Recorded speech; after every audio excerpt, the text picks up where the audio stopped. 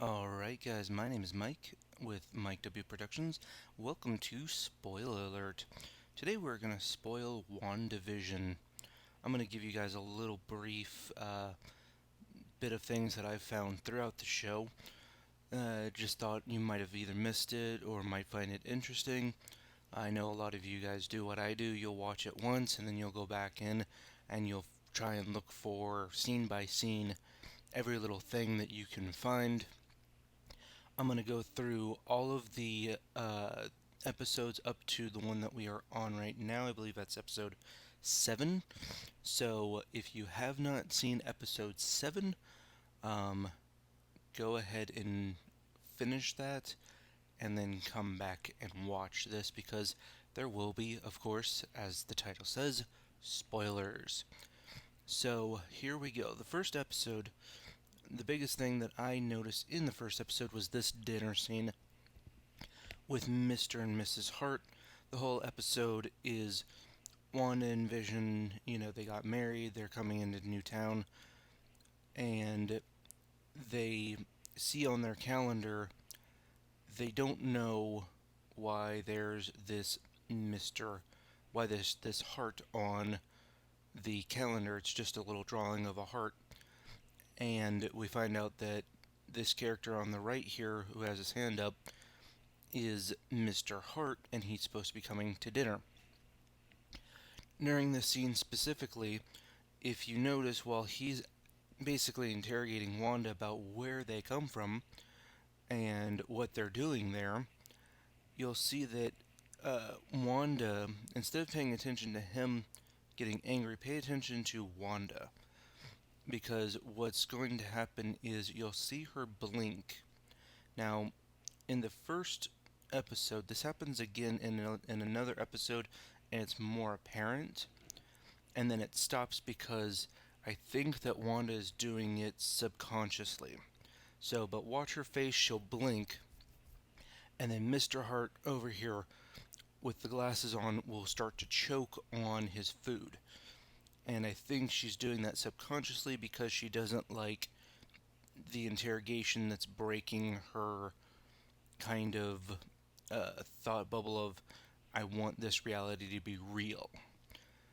If you've been watching the series, of course, you know that it's all just Wanda making stuff up, and in the next episode, at least some of the stuff is Agatha Harkness. So, I mean, I told you, you've been warned.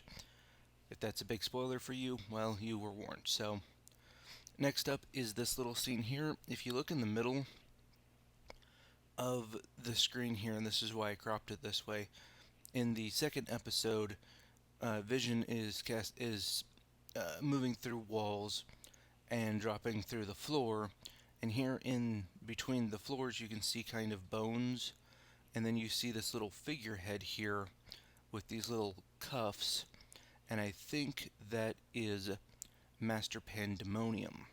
Now the thing about Master Pandemonium is he is a predecessor to Mephisto, and that's one of the thoughts of who might be the main bad guy. I don't think that in Multiverse of Madness it will be Mephisto. I think it might be Master Pandemonium, because in the comic books at least, if you look at him, his hands are two children. Now, the two children here are Wanda and Vision's children, okay? And in the comic books, it's their children as well, so I'm thinking that he might be the main Multiverse of Madness bad guy, and Mephisto might be the big baddie for this next phase that we're moving into. Next up, we have the magic show, which is kind of a really fun just episode. There's a few things, they're always saying for the children. This is an event for the children. You'll see that there's a lot of things in the first 3 episodes that are for the children before we get into what actually happens with that. So there's a little subliminal messaging going on there with, oh, you guys should be having kids. Now the next one is this little helicopter that flew in. We now know from watching the series that that was transformed when it came in through the wall of the Wanda's, border wall, basically. And you have a sword logo here on the front of the helicopter, and then you have this little number 57. Well, if you look up Avengers 57, you get Beyond the Vision, the Avengers, which is basically the creation of how Vision came in, and the main bad guy, just like in Age of Ultron, is Ultron, because that's basically how he got made, and they never really messed with that. So, number 57, Behold the Vision, is that reference with that helicopter, and that's why there's that little 57 on there, which I thought was pretty funny. The commercials that we have, I can go through those real quick. The toaster scene, obviously, most of these commercials are either a callback of what's either happening to Wanda or what has happened to Wanda, and this is kind of a callback to what had happened, because if you look at the toaster, it's a Stark Industries toaster. It beeps, it charges up kind of like Iron Man's glove shots when he starts firing with his hands, and it makes the same ticking sound or beeping sound that the Stark bomb had when Tony Stark got blown up in the first Iron Man movie. Also, if you look here, there's a little red blinking dot. Some people are saying that that might be a representative of like one of the stones. It might be the one that's in Vision's head, because his nickname was Toaster. And that's what I got on that one. The next one is the Hydra Soak. The Hydra Soak, if you watch the Marvel's Agents of S.H.I.E.L.D., he said, be careful, in one of the episodes, he said, be careful of the soap, it erases your mind. And Hydra, it's just a nice little callback to Hydra, who invented that soap, luxury bath powder. So it's a bubble bath that kind of makes you not remember, and that was really one of the only things that I got from that commercial. Also, this box is supposed to be, again, representing one of the Infinity Stones. The watch is about time. People are always saying that these two characters on the right are Wanda's parents, maybe. It's not confirmed as of yet. It might just be a callback to them, or they might just be two characters. Again, you have a Striker, and then Strucker, and then you have a little Hydra symbol there in the middle, and then you have like a depth thing, which is a pretty, I think it's like a couple thousand depth meter, and it's kind of interesting. They think that this might be one of the representing the time stone, obviously because it's a watch. The Yo Magic commercial. Probably one of the more creepy commercials that we've seen on the show so far. I couldn't get the one from the last one because it's so new. None of the pictures have been put on the internet yet, and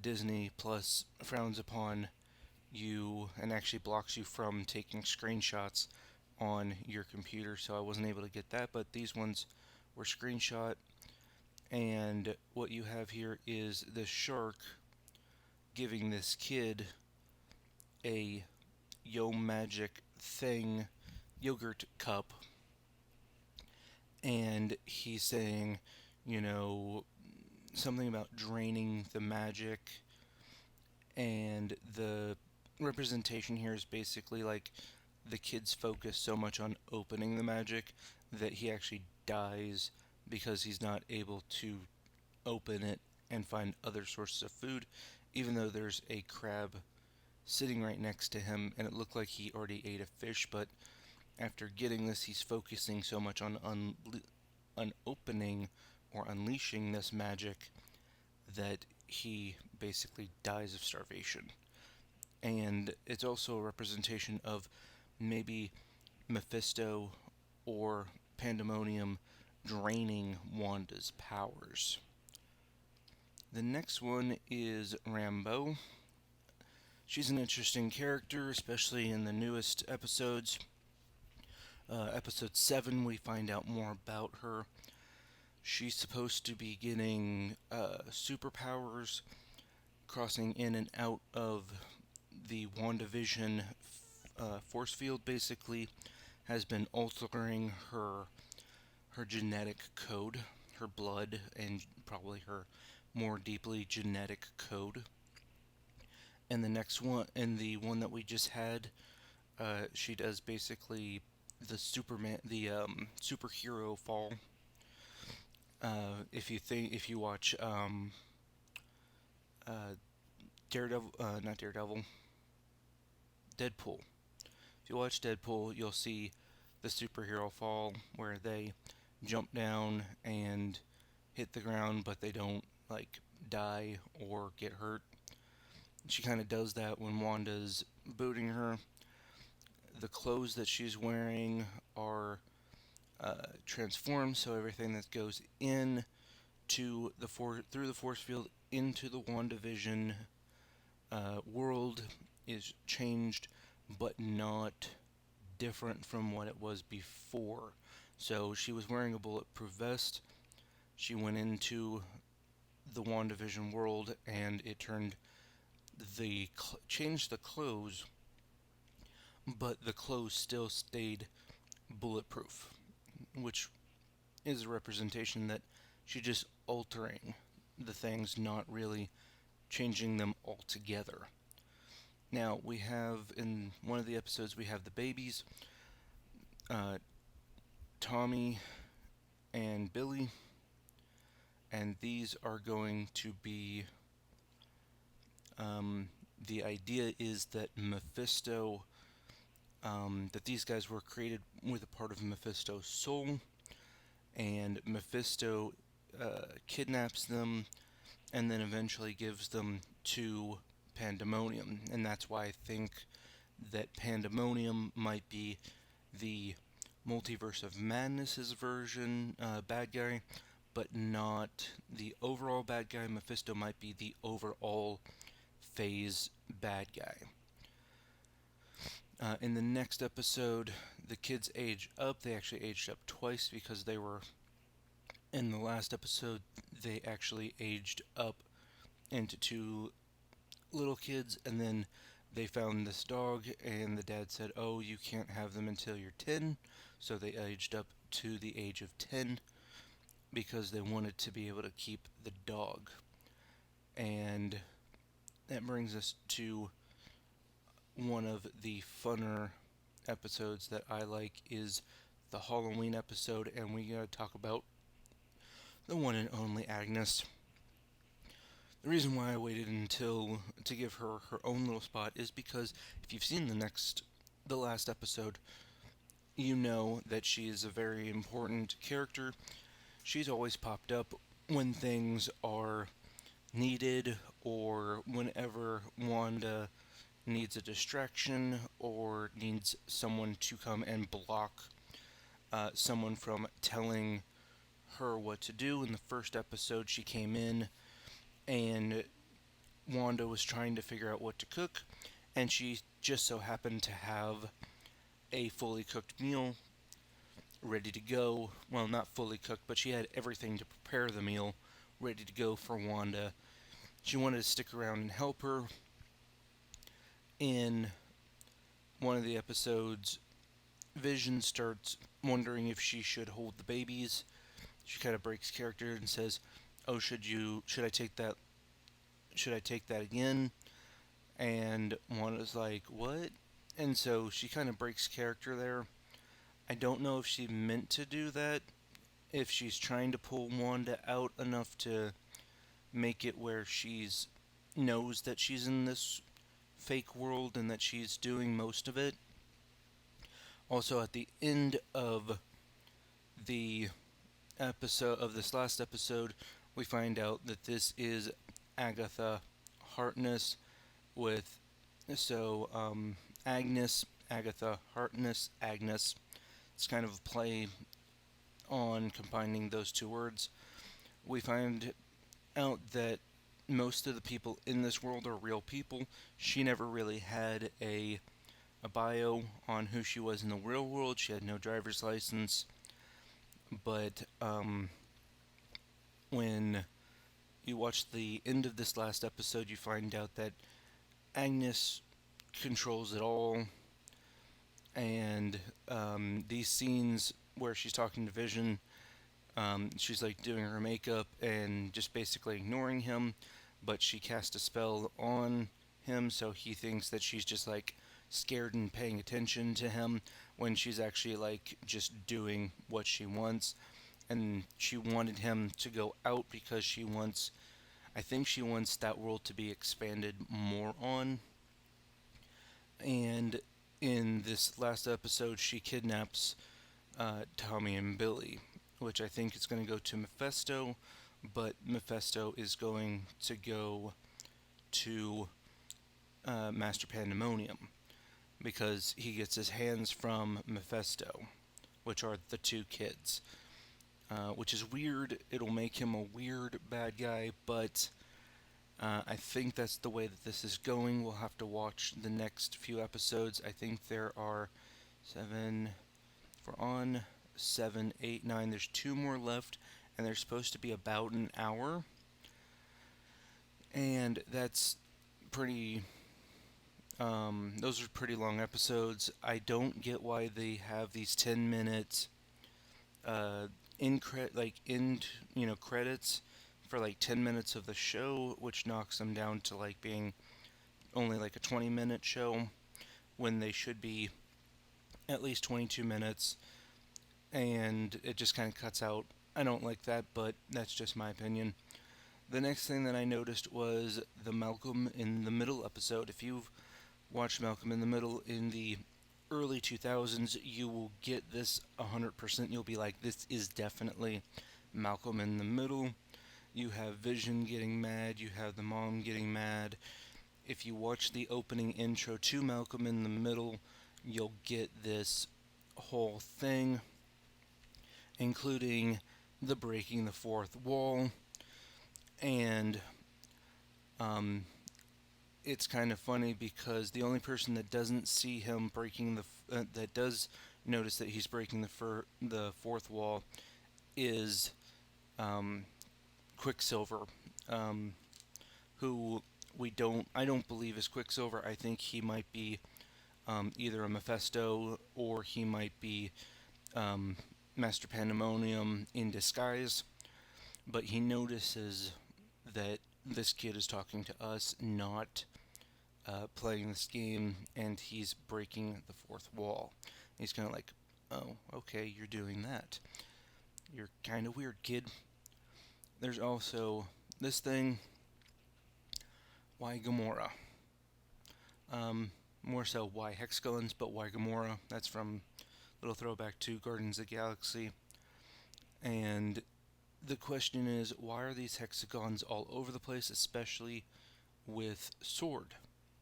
If you look at things in there, this might be a callback to Sword being in control of it.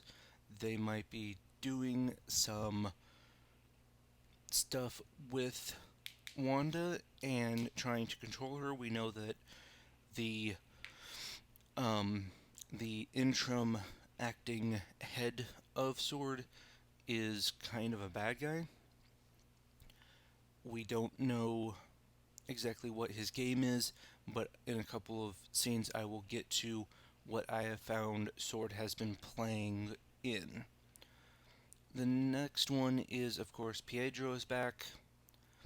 On the left, that's the intro to Piedra. On the right is, I think, that's the costume for one of Billy and Tommy's superhero alter egos, and that's kind of just a callback to the comic books.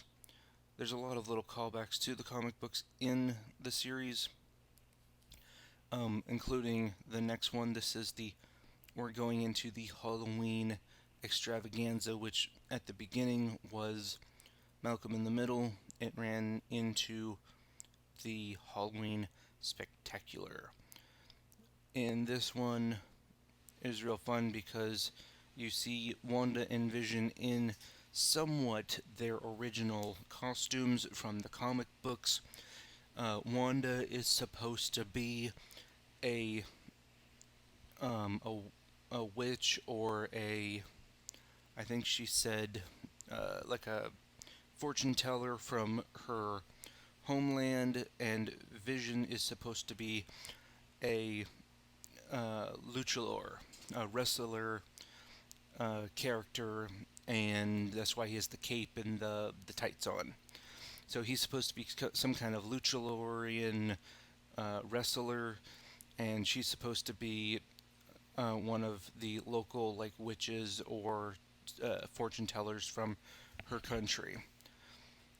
There's also a scene which I couldn't get, but it was funny because they were talking about their time in Wachovia, and they had the herring lady where little Wanda and little Pietro were going trick or treating, and the lady gives them a little herring, and she said, "Oh, well, I don't remember that." Well, that's because they weren't. This is the Pietro from the Fox universe, not the Pietro from the Disney Marvel universe. So that's why she didn't remember that. At one point, Pietro Quicksilver yells "kick ass" because the kids were getting candy and were going down to something to do something, and he yells "kick ass" and she says "kick ass." A little confusing, and that is kind of a callback to the two characters in Kick Ass, which are both Piedros, because the one on the left is the Fox version Pietro, and the guy on the right is the Disney version Pietro, and they both played in the movie Kick-Ass, which was kind of a fun callback to that because both of them played in different versions of the same character in different universes, and they both played in the same movie when they were both younger, which was a pretty fun callback. The next one is the Modern Family Office style episode, which is the last episode in this part of the series until we get the next two.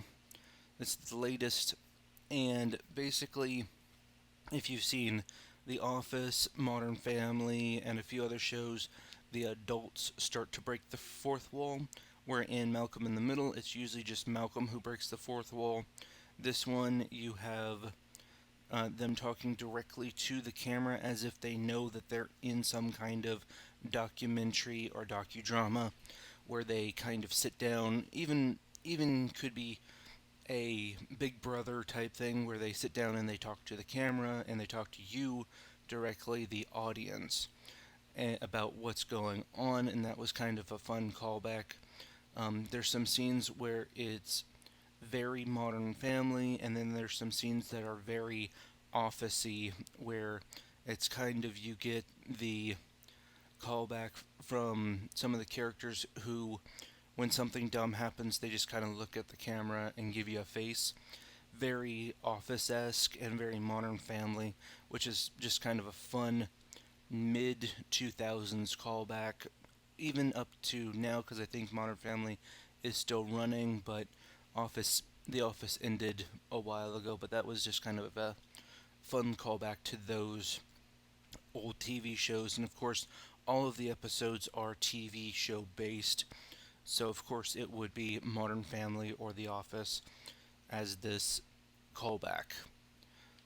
Now, the next thing is when you go in and in the think sixth episode, they are looking through the documents on the computer, the medical files, and there are project names. I actually looked up most of those project names that I could find. Some of them are very interesting. I'll tell you what they are as we go along. This one is the ties that bind.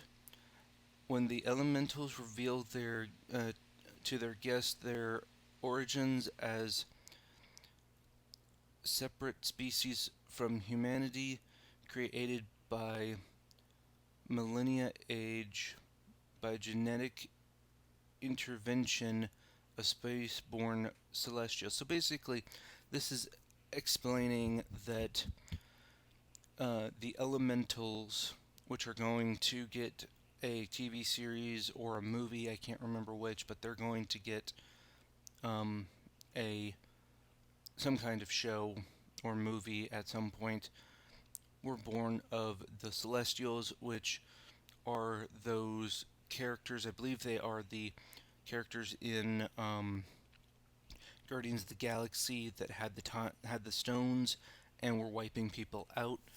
Those big robotic things were these Celestials, and the Eternals are made from them, and that's basically what we are learning from them right now. Is he's doing something, he's studying them, or at least has some kind of file, and that's in the Sword database.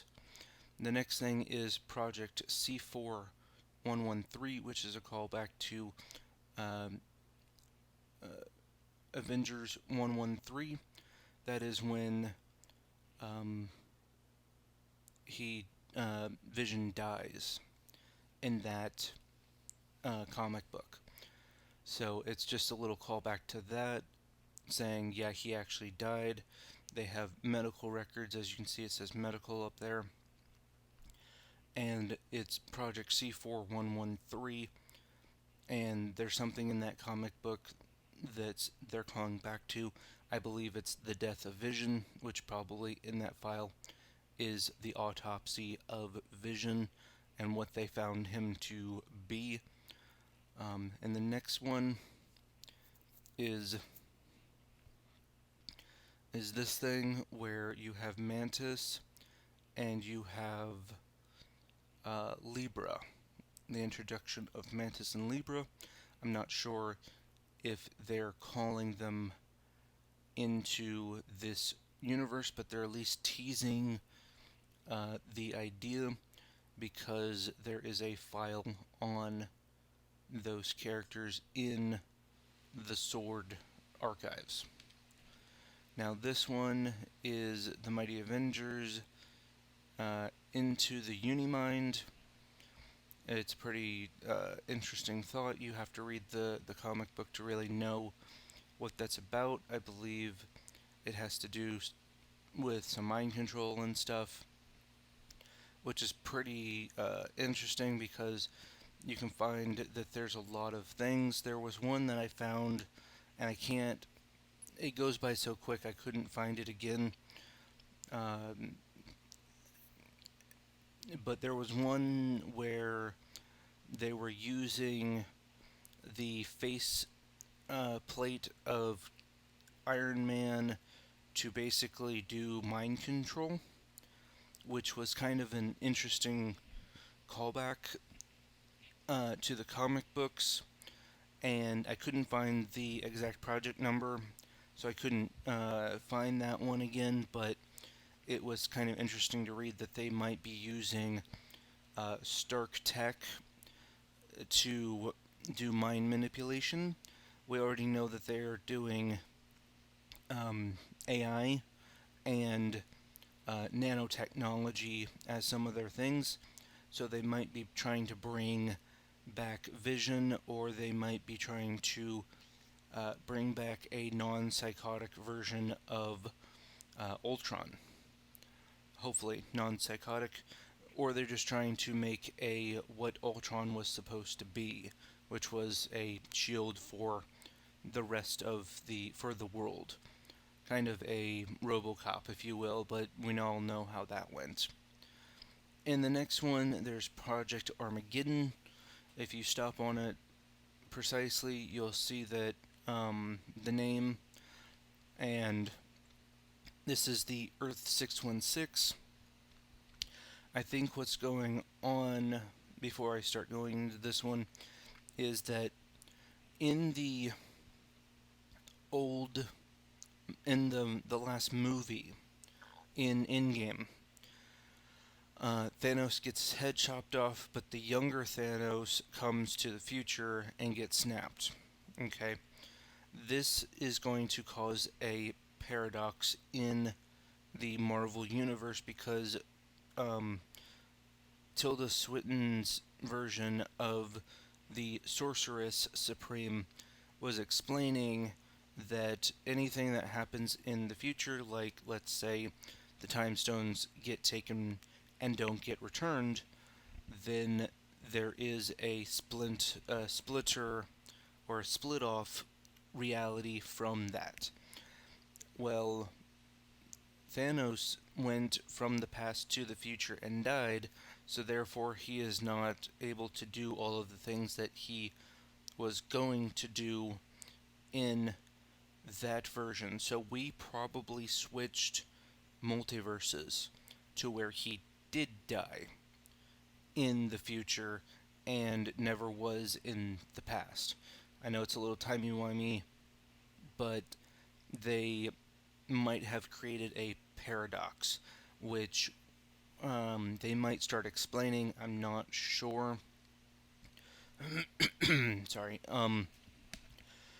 And that is pretty interesting. Now, the Project Armageddon was a clandestine super soldier program, top secret genetic experiment that was dedicated to and female subjects to produce a mutant offspring. So this is something that Sword has been looking at to basically create mutant offspring, and it created Lazarus, which is a character in the comic books. And it's the only successful character. And it's pretty interesting that they are trying to basically create mutants as a part of this project. So there's a callback to mutants and X-Men, and maybe the introduction of mutants in the universe, which we've been saying, if you watch other videos, there's a bunch of tie-ins to mutants and stuff. I didn't want to get into that too much because everyone's done them, but this was just kind of interesting that there is an actual project in the Sword archives. Next one is this guy. And it is funny that he has popped up because he is one of the names other than Rambeau on the computer for medical research. And I think it's just another callback to mutants and to the X-Team, which was, if you watch X-Men Origins Wolverine, he's a part of that. We get Deadpool, quote-unquote Deadpool, which is the merc with no mouth, if you will, which was kind of one of the more worst of the Fox versions of the X-Men, but there's a call to him specifically, to this character specifically, and so they're doing something, or they're watching him, or they at least have some data on him. The X team was pretty much all mutants, and you had like Wade Wilson and a few other characters in there, and they all had their own abilities. So that was interesting to see him specifically pop up. It might just be another cameo for the mutants coming into the MCU. So that's what I found so far. I hope you guys enjoyed this video.